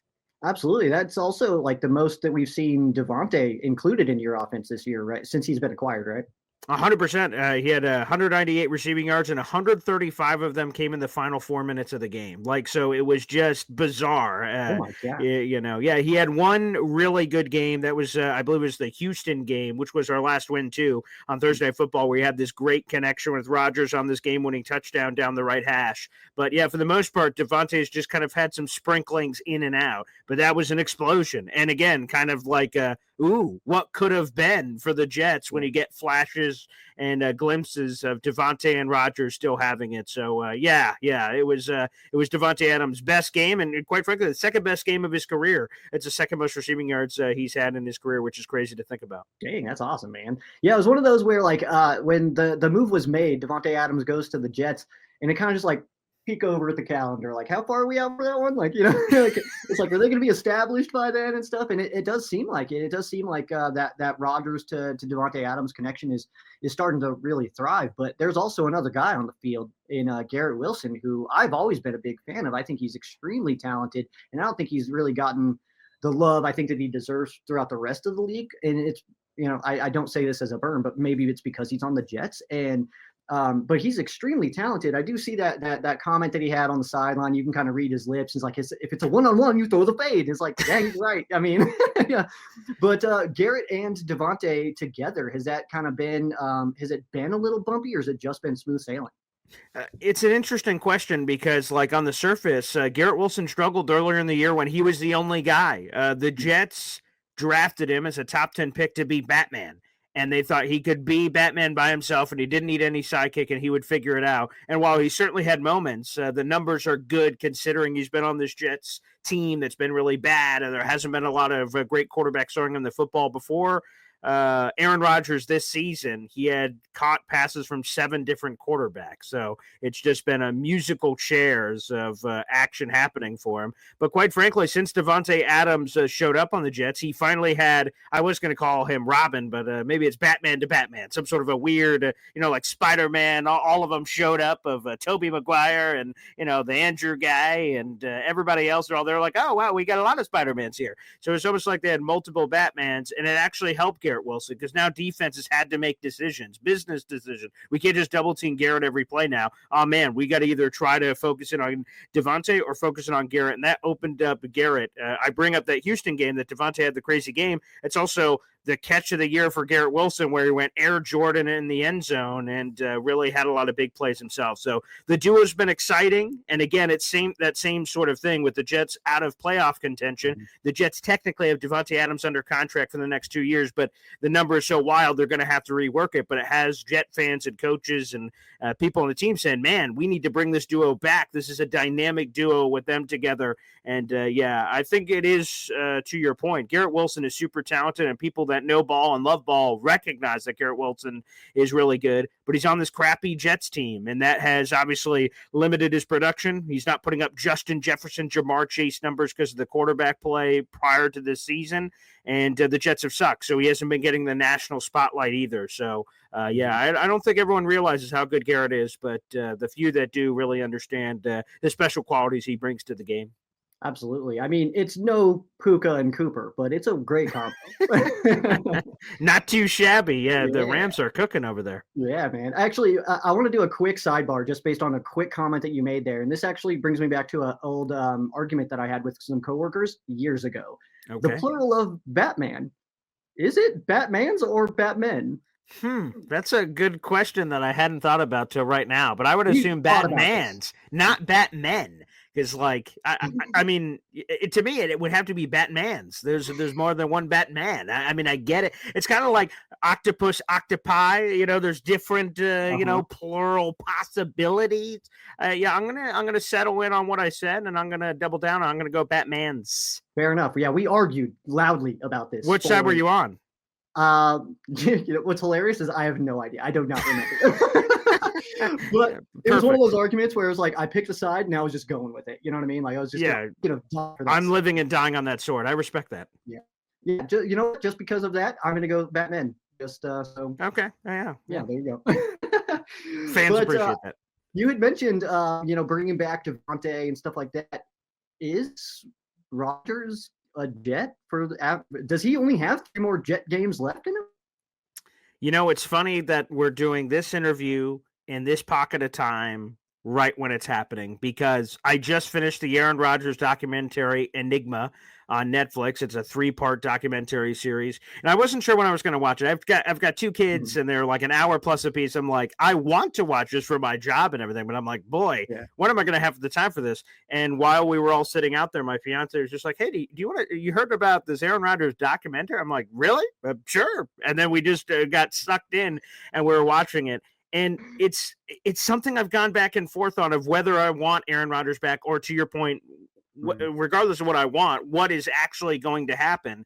And there have been moments this season where Aaron Rodgers has like 30 yards passing in the first half. You're like, good Lord, this old man's washed. He just doesn't have it anymore, which is disappointing. And, maybe the Jets fans are just never going to get the season they wanted. But seeing Aaron Rodgers the last 2 weeks, he had his first 300-yard game in 3 years, 2 games ago. And then this past game, he threw for 289. And now he's on pace to shatter all these Jets quarterback records, which may be more of an insult to Jets past quarterbacks versus a crazy season that Aaron Rodgers is having. But after the Enigma thing, I quote The Sopranos, just when I thought I was out, they pull me back in. Now all of a sudden I'm all for Aaron Rodgers coming back, baby, run the shit back, Devontae and everybody. Again, there's going to be a new head coach and general manager no matter what, because the Jets have already fired the previous guys and Robert Saleh and Joe Douglas in those spots. To me, though, I think it's a combination of, I think Aaron Rodgers is just the best guy that's going to be available. There's only 2 free agent options. It's Russell Wilson and Sam Darnold. I imagine Russell Wilson staying in Pittsburgh. And I don't know if old Sammy wants to have a reunion with the Jets, and I wouldn't blame him if he doesn't. There should be a lot of viable suitors out there. And then we're talking about Mac Jones, Justin Fields, weird options that are available, or Matthew Stafford, if you guys are going to trade him, you know. Yeah. So, you know, I was actually going to reference our QB2, Jimmy Garoppolo. Oh, no, thank you. I appreciate that. You know, it's like I come into a store. Damn it, I'm walking out of here with Matthew Stafford. Well, we've got Jimmy Garoppolo. Okay, let's talk. Like the negotiations just went down from there. But no, in all seriousness, the quarterback options aren't really attractive outside of what is going to be available. The Jets won against the Jaguars. For some fans, the tanking draft crowd. I know we've been on opposite sides of draft conversations over the year, Joe, which I remember fondly. And with that win, it keeps the Jets out of the top quarterback running, which eliminates that option. So now I think the Jets and Rodgers may look at each other in the mirror this offseason and say, hey, we're the best option for each other in this pocket of time. Let's go. And I think that's ultimately where they settle. It'll be really interesting to see with a new regime coming in. I know GM interviews have already, started and stuff like that, and some really interesting options that they're already talking to. So I would guess that he's not going to be back, that a new regime is going to want a guy, or they start with him for 1 year and then know that the following year they're going to get their guy, and then that's when their regime really begins. You know what I mean? So. Yeah, I think that's the correct read on it, because, and here's the problem of why the new regime may just lean towards hitting the eject button, because it's, if you watch this Enigma Aaron Rodgers documentary, it's not just Joe Branham's playing quarterback for the Jets. It's Sheriff Joe Bags is playing quarterback for the Jets. There's a extra personality. When you have a team that has Aaron Rodgers on it, it's the Aaron Rodgers universe, and we're all just living in it. So it's beyond him just playing quarterback. There's so much to him with his personality and his stances on things and things of that nature, that he's this polarizing figure. So he's not just a football player. If he was just a football player, I think it'd be an easier decision for the new regime based on everything we just said about quarterback options being available. But because he has an entire thing to him, it's got to be a full conversation for the new regime coming in. So we'll see. It'll be up to the new regime, because the Jets, there's no guaranteed money left on Aaron Rodgers' contract. So the team controls his future. If they want to move on, they can just cut him. If they want to move on, they could trade him. They could do something of that nature. Or if they want to bring him back, they can bring him back because he's still under contract for 2025. Do you think there's any part of it that is going to be on his side of the decision to say, maybe I want to go somewhere else, or maybe I want to stop playing? Yeah, both of those options are on the table. At the end of the Aaron Rodgers documentary that I keep referencing, he said, this could be the last year, or maybe it's not. And then smiles, and then scene. And it was just kind of funny. That is the most Aaron Rodgers thing of all time, right? That is how that has to end. Of course. Yeah, that was good. And it just had him like running off the field week 1. The Jets were at the 49ers. It just had Aaron Rodgers going like this, running into the tunnel, and then fade to black, scene. Of course, the more, that I just kind of study Aaron Rodgers this year, there are moments where you're like, man, I think he wants to just hang him up. It is what it is. Because one of the things that he came out of this Achilles surgery from, only playing 4 snaps in 2023, was he has like a mission from the gods to play all 17. And it looks like, barring some crazy injury, he will do that this year. And maybe that's enough for him to just say, I came back from the Achilles. I played in all 17. I proved that I can do this. Thanks, everybody. I'm walking away. But there's another part of him that says, damn, we have the lost year of 2023. We have the lost year of the Jets just sucked this year, coaching, defense falling apart. There's all kinds of reasons that it all fell on its face. And Rodgers convincing himself, well, one more time with this team and whatever staff comes in, I still think we can do this. So 100% he holds cards if he decides to retire, or if to your point, the new regime comes in and says, nah, we don't want Rodgers. that Rodgers has the same darkness retreat thing, says, I could see myself playing for another team. It would have to be the right situation, though, because Aaron Rodgers is a unique individual, and he is not a puzzle piece that I think fits with every team. It'd have to be the right situation if the Jets wanted to move on and then he wanted to continue playing. Yeah, absolutely. Yeah, it's really interesting to see that kind of unfold here. But I want to kind of bring back to the matchup that we've got going on. Yes. You had mentioned something real quick there about our differences in getting ready for the draft while you still got some games going on. Oh, sidebar. Aaron Rodgers does have to get past the what we now call the fearsome 2020 foursome of the Rams front. By the way, Jared Verse is coming for blood.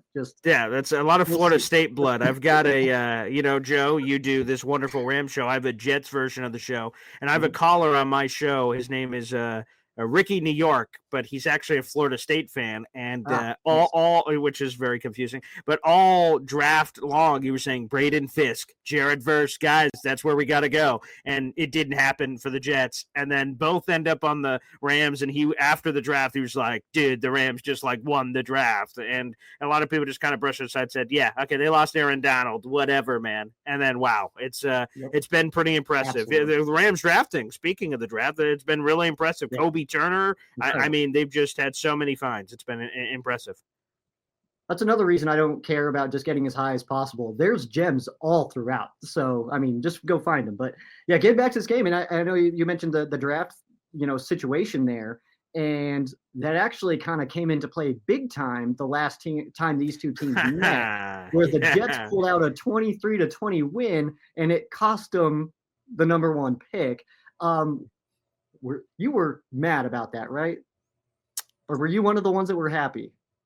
It's funny as I go back to that time and I was doing video shows. I had just that may have been the season that I got into YouTube video shows 2020. Yeah, because 2019 he was Jets were 7-9, 2020 they were 2-14. So it's funny. So it documented my journey. And there was a Jets Raiders game at the end that the Jets were leading.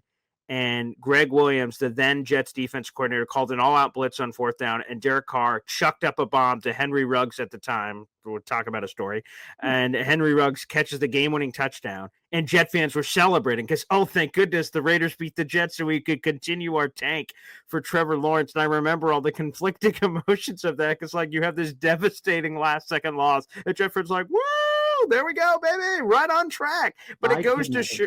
And it goes to show you, Joe, exactly what you just said about, right? You never know with drafts. Nothing's guaranteed. Oh, the greatest prospect since Peyton Manning and all this other crap that people say. And let's be honest, Trevor Lawrence is one of the most overrated players in football. He's the second highest paid quarterback at $55 million per year. And he has not lived up to the unbelievable hype. I know he didn't, it's not his responsibility for the hype that was created, but it is what it is. He was supposed to be the greatest thing since Andrew Luck or Peyton Manning or this, that. The Jaguars themselves haven't done a lot of winning, and anytime they've had minimal winning, it's all kind of floundered out. So, and that entire draft class ended up sucking. Zach Wilson, Trey Lance, Justin Fields, Mac Jones are all new teams. So I think I've evolved. I think back then I couldn't help but tank for Trevor Lawrence. There was a singular target in that draft. Everyone said, the greatest prospect since whatever. There isn't that juice this year. And I think the other thing that changed is the Jets beating the Jaguars. And now that their chances for this top pick or number 2 pick are over, they're dead. Mm-hmm. Now that the Jets have won the games they've won and how the draft all sets up, the Jets are going to be picking somewhere between 6 and 10 ultimately. So I think that, quite frankly, alleviates a lot of pressure, Joe, heading into this game, that we could just focus on what we were supposed to be focused on, winning games, scoring touchdowns, and not caring about that sort of stuff. So I think a lot of wind is out of the sails. If the Jets would have lost to the yes, because I have to think twice to make sure I'm saying the right tanking terms. If the Jets would have lost to the Jaguars and they created this great draft position because the Jaguars would have went behind them because they had the same record, heading into this, everyone would have been talking about what you're talking about, Joe, of the Trevor Lawrence demons, Braden Mann, the Jets punter at the time, making the tackle and all that. Dude, yeah, going into this game too against the Rams would have been a hilarious situation to be if you guys had come up with a loss and been close to the top there. But we've already touched on the Jets offensive side, and I know we didn't really hit on the running attack or anything like that, but we don't need to. It's not there. I want to just down the team, man. Not even 90 yards a game. Not even 90 yards a game, Paul. Come on, man. But And anyway, Jet fans are so hyped too, because before the year, Jeremy Fowler did this ESPN ranking where he talks to everyone around the league, and they said Breece Hall is the second best running back in football and the best running back under 25. So Jet fans are going crazy. Oh, Breece Hall, watch out, world! Breece Hall's coming. And Chris McCaffrey has the injuries. We're like, okay, Breece Hall's about to be the best running back in football, and unfortunately, for a variety of reasons, that hasn't worked out this year, and he's come back down to earth. So yeah, the running game, which was supposed to be a foundational pillar of this Jets team, has been anything but in 2024. That does happen. We've seen that on our side plenty of times. But going to your defense, man. Do you have like one or two guys that on the defensive side that you think could have a bigger impact than any Rams fans might be giving them credit for? I'll say a name that maybe it's going to sound obvious if you look at the box score. You're going to be like, yeah, Paul, we know who that is. But a lot of people don't. It's Will McDonald, who's the first round draft choice from 2 years ago. He was a 15th overall pick. Everyone thought the Jets overdrafted this second or third round pick or late first rounder, and Will McDonald got a lot of crap. The Jets didn't play him a lot in his rookie year, so he got even more crap. Like, geez, another bust by the Jets. And this year he has 10 sacks. He is up there with the most single season sacks the Jets have had in the 21st century. He's only 2 or 3 sacks behind the top guy, which was John Abraham back in 2001. So he's had a disruptive year. So he's 100% on the list. Another guy, again, if you look at the stats, maybe the name will jump out, but for casual people, it won't. Jamian Sherwood is third in the NFL in tackles this year. He's a former safety out of Auburn that transitioned to linebacker. That was kind of like a Jets calling card with Robert Saleh at the top of drafting these safeties and then immediately converting them to other positions. And it took Jamian a long time to get his weight right. He blew out his Achilles in one of his early rookie years. And then because of all the injuries at linebacker, Jamian became a full-time starter. And again, being top 3 in tackles has been this crazy evolution for Jamian Sherwood. So lesser names, a mid-round draft choice that's become an interesting linebacker who's set to be a free agent. Will McDonald certainly on that list. And another player I would probably highlight is Quantez Stickers, who got his first NFL start last week, a former Canadian football player that never played college football. Right. He's got a wild story that his father passed away, early in life. Because of, a situation with his family. And then Quantez pulled out of college when he was going to go. He went into fan-controlled football, 7-on-7 football, because his mother saw an ad on Facebook and said, "Oh, honey, you need to join that football thing." And he's like, "All right, Mom." He does that, sort of impresses. Canadian Football League gives him a call. He tries out for the Canadian Football League, wins Rookie of the Year in the CFL, and then after the season, they find out he's actually eligible for the draft instead of just signing as a free agent.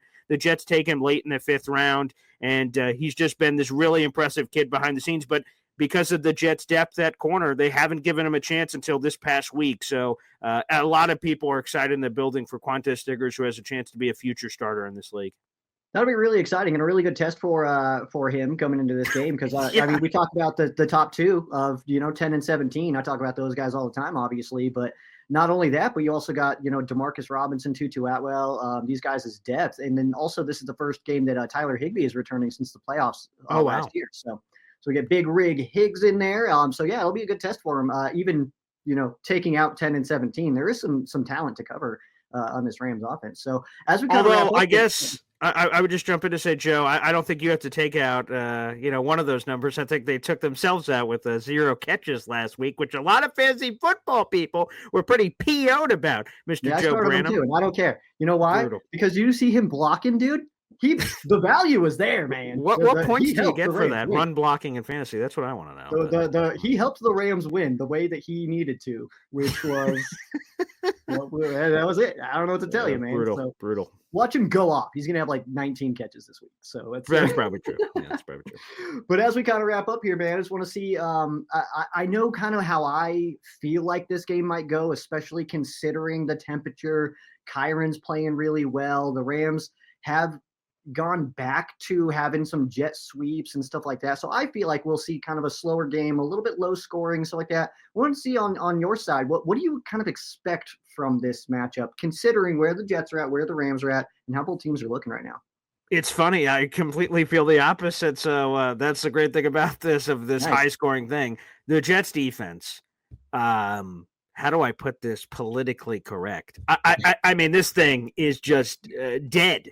I mean, the Rams are going to moonwalk up and down the field scoring points, unless weather suddenly becomes a factor. Of course, you always have to keep that in mind with December and everything else that with random weather conditions that could come into play here. The Jets defense stinks this year. It had been the calling card for the Jets over the last couple of years, and really the reason that they had been in the position they were and where people said they were just a quarterback away. So the defense sucks. So I imagine Matthew Stafford and this exciting Rams offense with playmakers all over the place is going to have their way with this Jets defense. And that's going to put Aaron Rodgers in positions in both good and bad. The good is he could chase all these passing numbers. The bad is we just talked about some of these Rams defenders that are going to be licking their chops with a potential one-sided score to be able to kind of take advantage of some of those matchups. So I actually see it. I don't know if it quite gets to Rams-Bills action happening there, but Aaron Rodgers and the Jets just scored 30-plus points for the first time on offense this past week, and a lot of that damage came in the second half. So if the Jets can play a more complete game, so to speak, of actually showing up in a first half and showing some actual chutzpah here, I actually think this game's going to be more high-scoring, and it's going to be exciting. I think there's going to be a lot of points going around all over the place, but I would imagine, as it is with Vegas, the Rams are the favorite in this game. To be honest, I'm surprised they're not a bigger favorite. I think it was the opening line was like 3.5, 4 points for the Rams. I thought they were going to be a touchdown plus favorite, to be honest with you, heading into this game. So that surprised me a bit. But yeah, I anticipate a lot of high scoring, a lot of big plays. And again, maybe weather factors in at some point, which maybe could cap some of that. But yeah, excitement, I think, between these two veteran quarterbacks. I mean, high at 23, and this, I mean, the Rams have had to play in places like Chicago and stuff like that this year, but those were early in the season. We got lucky this whole year with weather games and stuff like that. But kind of wrapping up here, man, do you have a score prediction? I feel like it's going to be opposite of mine, so that's cool. It may be, yeah. Apparently, I'm going to be like 40,000 to 30,000. You're like, 6-3. Okay, Here we go. We actually had one of those in our Jets Rams past 9-6. 9-6. That's right. That was not long ago. Yeah, unbelievable. I have this game being a crazy shootout, and I have the Jets beating the Rams, baby, 35-32. I love the optimism. I think the Rams just got into first place in the NFC West. I think they're going to be coming to play these last 3 games. This is our last road game of the year. We know that. We get to come home for the last 2. I'm going to say the Rams win this one 23-10. Oh, good Lord. How about this, Joe? Let's spice this up. Okay. All your words of like, it's going to be this prediction or this prediction. How about we lay it on the line? Let's lay some lumber. Let's get a bet on the line. Jets, Rams, let's go. You obviously think the Rams are going to win? Absolutely. And I know the Jets are going to win, so let's go. Let's put something on the line, pal. Here's what I got for you, Paul. I see you've got a pretty nice backdrop there. Thank you. Yes. We tend to do that. We tend to have cool things back here. So say, for example, hypothetically speaking, the Jets win this game. Yeah, what I'm going to go ahead and do is I'm going to purchase a Jets mini helmet. Okay. I'm going to sign that, Sheriff Joe Bags, and then that'll be headed your way. Wow. And so in some mythical, magical world that obviously isn't going to happen where the Rams won the game, you would want me to buy a Rams helmet and sign that Boy Green and whatever that made-up score would be in fairy tale land and slap a date on it and then ship it back to you so you could proudly display that in your man cave office. I'll even replace this one with that one. Right. Oh, beautiful. I actually got a Jets mini helmet right here, so I guess I can replace that one with yours that is coming because obviously the Jets are going to beat the Rams. That's a black one. Which, hypothetically speaking, which one would you want? That's a good point. I think I'd want it, cleaner, more obvious for the fan because like the black could kind of fade in the background, like a bright green of the Jet helmet. And for you, I would imagine, the yellow perhaps, or even there where you get old school. You do the yellow with the blue horns. I think that would be that'd be kind of nice. Okay, that's what I was thinking. Okay, where that's bright and shiny. Dude, Paul, thank you so much for taking time, man. I think by the timing this is coming out, I'll be posting on socials and stuff like that, but I'll be hopping on with you as well. But I'll post that on the Ram Showcase social. So keep your eyes open for that, and of course we'll get that shared out and all that. So, dude, Paul, man, we got a big old football game going on this weekend, man. It's gonna be a fun one, man. We don't get these enough. I know. I'm so excited. Joe, we've known each other for a long time without ever having met, which when I explain that to people, they're like, huh? Who? What? So when that eventually happens, it's going to be awesome. But even still, the fact that it hasn't, it feels like every time that we talk, it's been a while. It's been like 2 seconds. So we're just talking all over the place about everything. So, yeah, man, I love these games. It's awesome. And I can't wait for the Jets to kick the Rams patookie. Yeah.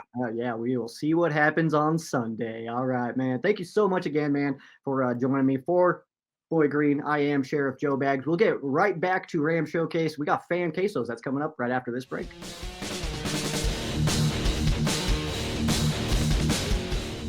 This is Ram Showcase. My name is Sheriff Joe Bags at Sheriff Joe Bags at Ram Showcase. Let's go ahead and dive into our Fan Quesos. We're going to start over on the Facebook page. These first few here coming from Edwin. Emphasis on the win. Let's go ahead and start this here. In case you don't do a Ram Showcase next week, I'm going to stop you right there.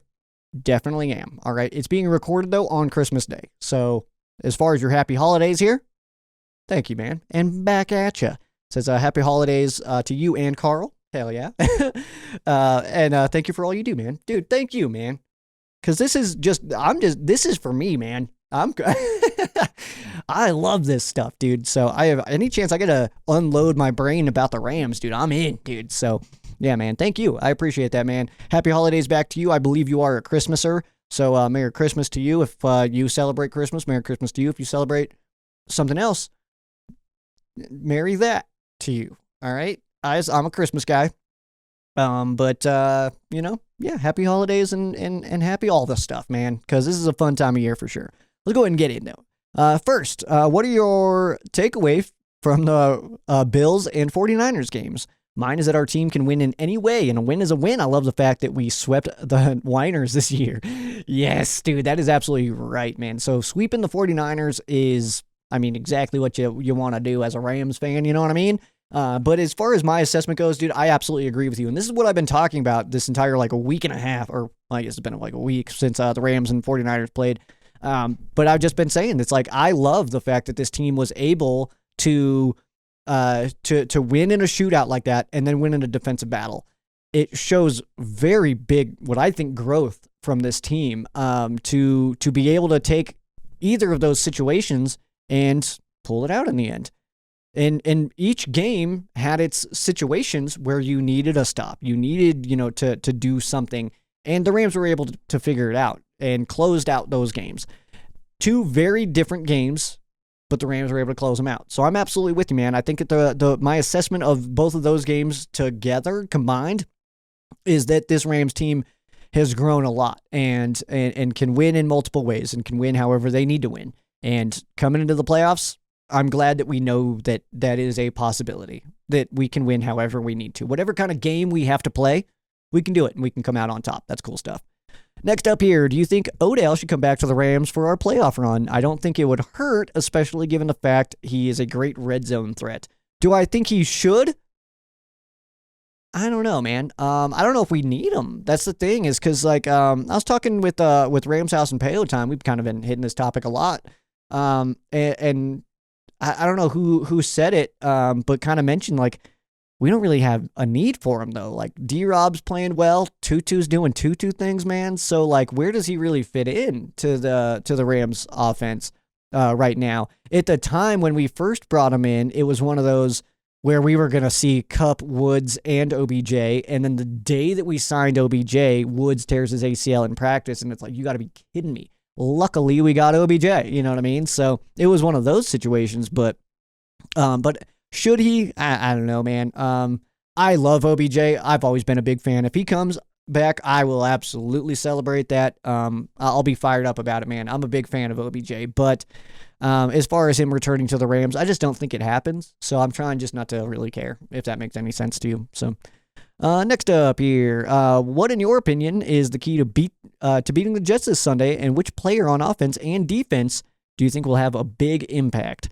The key to beating the Jets is just, I think it's just playing smart ball. We just got to play our version of football. We just need to keep the ball out of Rodgers, because, I mean, Devontae Adams coming off of a big day. You just heard it from Paul. I mean, Devontae Adams was on fire last week, and that rhythm started to, that connection between Rodgers and Adams is definitely forming.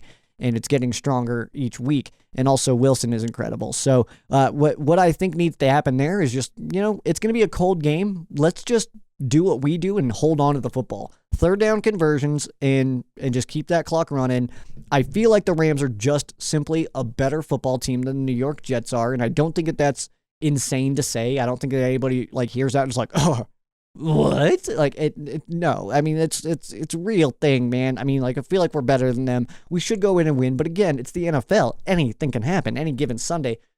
We beat the Bills, you know what I mean? That's like a Super Bowl contender, a very legitimate Super Bowl contender who probably has the NFL's MVP on their team, and we beat them, you know what I mean? But we also lost to the Bears. The Cardinals smoked us, so any given Sunday, for sure. But I would say just making sure that their wide receivers don't absolutely murder us, because they haven't been able to get the run game going. So as long as Wilson and Adams kind of are able to be contained, I feel good about it. But as far as which player on offense and defense do I think will have a big impact on defense, I'm going to go ahead and give it to Christian Roseboom, because I think that with the way that the Jets are coming off of a decent run day, I think that they're going to try to hammer that, and we're going to need our run defense to do a good job. So Kobe and, of course, Christian, their communication and all that stuff of Kobe eating up blocks and Christian able to go clean it up, or if Kobe can get off blocks quick enough and stuff it. But either way, I think that's going to be really big, because if we can just force them into one thing, whatever that happens to be, I like our chances. And off an offense, I'm going to give it to Kyron Williams, because he's been an absolute monster. And this does feel like a game that he could have a really good day on. So the Jets' run defense has not been great this year, and it does feel like Kyron could kind of show out a little bit. Next one here from Edwin, emphasis on the win. If you had a choice between going to the Stafford house or the McVay house for a Christmas party, who would you pick and what would you bring? First of all, why would there be two different parties for these guys? They went to Cabo together, man. These guys are like I don't want to say best friends, but they're homies, man. So they probably would be at the same house. But if I had to pick, give me the McVay house. And I don't want this to sound like worse than it is, because I don't mean anything by this. All right. Stafford's got too many kids. All right. And that's going to be loud. That's going to be chaotic. I feel like McVay's house is going to be real classy. You know what I mean? You're going to walk in there. Everything's going to be real nice. You're going to be, there's going to be nice stuff. I don't know how to nice. Look at me. Do I look like do I look like I do classy things? I don't think so. But either way, I think McVay's house would be that'd be a nice adult, Christmas party. There'd be a big old bowl of eggnog that you can, dip your ladle in and stuff like that. I don't know, man. There's something about the McVay house that I think would just be chaos with children running around like crazy. Because you got to think it's not just going to be his, right? There's going to be other kids there too. When you have 4 kids, you are officially kid friendly. So everybody will bring their kids, you know what I mean? So yeah, I think that would be a little much. That would be a little much. Although it is Christmas, dude. And I don't know. Maybe I'm being a little grinchy there. Maybe I am. I don't know. Before I talk myself out of something, I'm just going to go ahead and stick with it, man. Give me the McVay house. Any chance that I could see, Sean McVay's house, I'd be cool with. That'd be awesome. Let's head over to the YouTube channel here. Payo Tom, Rams house, and GP Shadow hopping in. So we'll just run through this list here. Payo time. First question here from Payo. There is no wrong answer to this question. Hell yeah. Then I'm gonna go with Dragon's Breath. Let's see what the rest of the question is. See if that makes sense. But in your opinion, what jersey looks the best when the Rams play at home in SoFi? Doesn't make sense. Says for me, I love the modern throwbacks and the way the Rams jerseys. But for a SoFi home game, I think the Royal and Soul Pants looks the best in SoFi. You know what? That's totally reasonable, man. That's such a legendary combo. The white on yellow and the blue on yellow is iconic when it comes to the Rams. So I absolutely love that answer. But I'm going with my favorite combo. And I do have reasonings behind it, and that is the bone on sole combo. I love that combo. We haven't seen it in a few years. And actually, last time we played the Jets, we saw that combo. But neither here nor there. That was also the first time we saw that combo. And then we lost to the Jets, and it was bad combo. But I absolutely love it, man. And I think a part of it is because the bone jersey, I think, really pulls out the helmet. I think that the colors really, really, really pop when the bone jersey's on. And the yellow pants, I think, are just, I mean, yellow's my favorite color, man. So, I mean, anything yellow, I'm kind of a little bit more partial to. But the bone on blue is real sick as well. But I think when you do the bone on yellow, you get that nice mix with the blue helmet, you know, shining off the SoFi lights, bouncing off of that bad boy. Then you get the bone jersey, which is my favorite jersey that the Rams have. And then the sole pants, man. I absolutely love that combo, especially at SoFi, man. I think everything pops.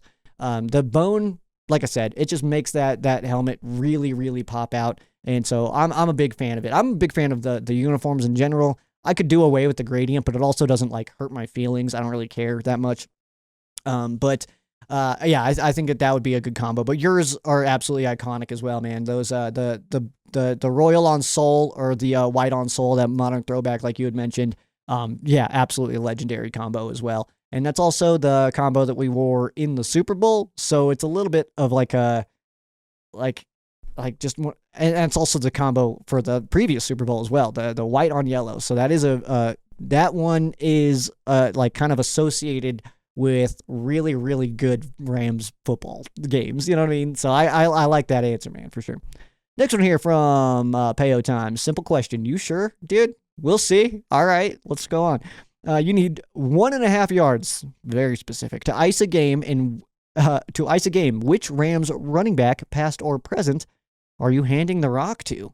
Dude, there's so many good answers here, man. Take your pick, dude. Todd Gurley, Steven Jackson, Marshall Faulk, Eric Dickerson, dude, Jerome Bettis. Who do you want, man? Any of them. Like, dude, I'll go C.J. Anderson, Darrell Henderson. What do you want, man? Isaiah Peed, man. Even today, one leg Isaiah Peed, man. I feel good about it, man. So behind this O-line, dude, maybe go high voice. That's a fun question, man. But yeah, take your pick, man. Maybe not Daryl Richardson, like I said, but D-Rich. Man, Rams have come a long way. Anyway, Rams house. Whose house? With the Rams and Cardinals game being flexed into Saturday night window, got me thinking, when was the last time we had Rich Eisen call a Rams game? I can't recall the last time we've seen that. That's a great question. I don't know. And I also don't know how to search that. I don't know. Where's the database on that?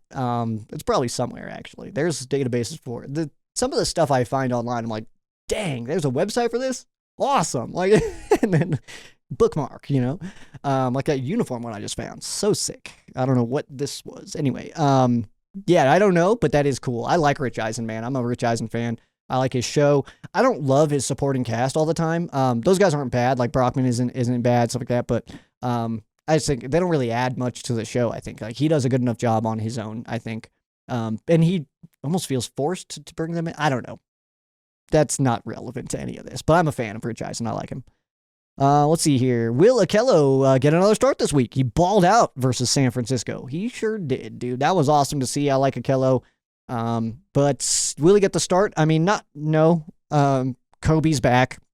Kobe's fine. He had that bruised lung, which, speaking from experience, blows, dude. Bruised lung is miserable. You forget, and then you'll be like, huh, and then, you know, that's exactly how it is. I don't know.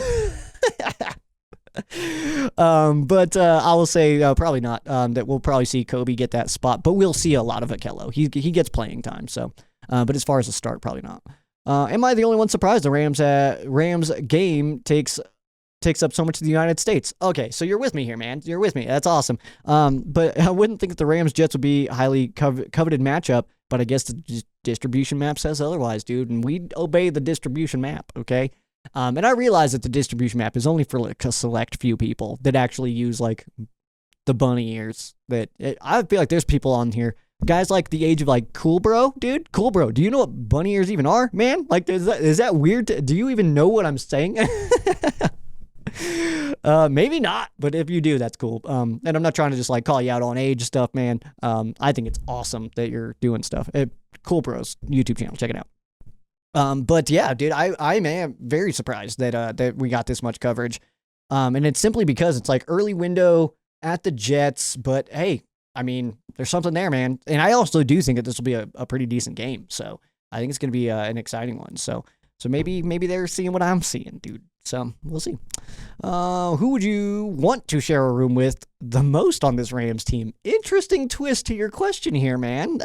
Let's see here. Who would you want to share a room with most on this Rams team? There's a few really good picks, but I think ultimately I boil it down to Kobe Turner or Puka Nacua. And Puka Nacua, I just feel like would be a blast in any situation. I want to hang out with Puka all the time. You know what I mean? Anything. I want to go to Lakers games with Puka.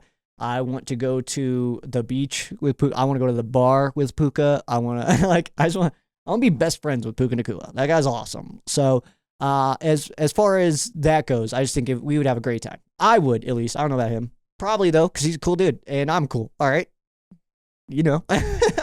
But as far as Kobe goes, I feel like me and Kobe would be writing music, dude. All right, so I'd be pulling out the guitar, man, and me and Kobe would be making some sweet tunes. Maybe make a new intro for Ram Showcase or something, dude. Yo, you think Kobe would sing an intro for me? New goal. Just know that's why I'm shooting for that now. I'm gonna try to get Kobe Turner to record an intro for me. He's gonna sing it, man, dude. That's the coolest idea I've ever had. That's going to consume my brain for the rest of this day. Just want you to know that. Moving on. What's your favorite Todd Gurley moment from Rams house? Ooh, tough question, man. Tough question. That one was, who was that against? The Browns, was it? Where he reached over and had that crazy, it was on the left. Oh, it was like, oh, man. Who was that against? I don't know why Browns and Falcons are in my brain on that one. Or the obvious, it was a 47-yard touchdown run in St. Louis against the 49ers where no one touched him, just up the middle and just whoosh, that was so sick. Any of the hurdles, dude, name your pick, man. The one against the Bears after catching that ball out of the backfield was incredible. Dude, the hurdles, man. I mean, there's too many to name there, but I would say maybe one of those. That's a tough question, man, but that's a good one. But I would stick with the 49ers one, man. That him breaking, I believe it was a 47-yard run that he just broke through and untouched to the end zone, man. That was one of those games. That was one of those plays where you're like, this kid's cool, you know, cool stuff. Let's see. Now switching back over to payo time. Situation. McVay asked your opinion on sending 3 Rams players to a local school to teach kids about proper tackling form. Which 3 are you sending? Let's say the kids are 9 to 12 years young. All right. And also, you give your picks here. I'll let those know. I'll let those be known to the audience in a second. But I also largely agree with you. Christian Roseboom, his tackling has been extremely strong as of late, and the way he's wrapping people up, but not doing it in a dangerous way. He's not even getting close to getting penalties called on him. He's just making really, really good plays. So yeah, definitely Roseboom. I would say Quentin Lake. You've got Quentin Lake on your list as well. I'm gonna say Quentin Lake because he's flying around and he's wrapping people up well as well. Weird way to say that, but yeah, he's wrapping up people nicely, man. So yeah, Quentin Lake also a solid option there. But for my last one, I'm gonna differ from you here. You have Kobe Turner. I'm going to go with Darius Williams. Darius Williams is, I would say, as far as our corners go, our best open field tackler in that world. He just makes tackles sometimes where you're like, holy crap. Like if Darius Williams doesn't make that tackle, that's maybe a touchdown kind of thing. And he does that a lot. But we kind of get used to guys like that, used to the way that certain guys perform. So, yeah, man, I would go with him. But your list here, Roseboom, Lake, and Turner, solid list as well. I don't think there's anybody that I'd be like, don't send him. Like Kirby Joseph, don't send him. Rams house. What would it be like sharing a room with Kyron Williams?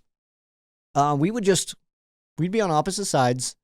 I feel like Kyron just wants to throw a football back, like a Nerf one though, like just the whole time and just chatting. I feel like it would get kind of like, I don't know, man. Maybe Kyron would make me play video games. I haven't played a video game in years. Like I haven't held like a controller. This is how you hold them. In like a long time. So I maybe he would do that. Is he a video gamer? I actually don't know that. I'm just making stuff up at this point. And last one here. Last fan queso coming from GP Shadow, who has hopped on the live stream, by the way. We're not doing those right now until I can get some help with Ram Showcase. This is just It's a lot. All right. So those will return when I can bring on some help. But let's see here. Which victory this season was the most enjoyable for you? I got to say the one at San Fran. Multiple reasons. Ending the Niners playoffs hopes is at the top of the list. Heck yes, man. Yeah, that's a good one, man. Not a bad one to pick at all. Let's see here. There were some really fun ones. But you know what, man? For personal, because you're asking what was mine, my most enjoyable win of the season has been the Buffalo Bills.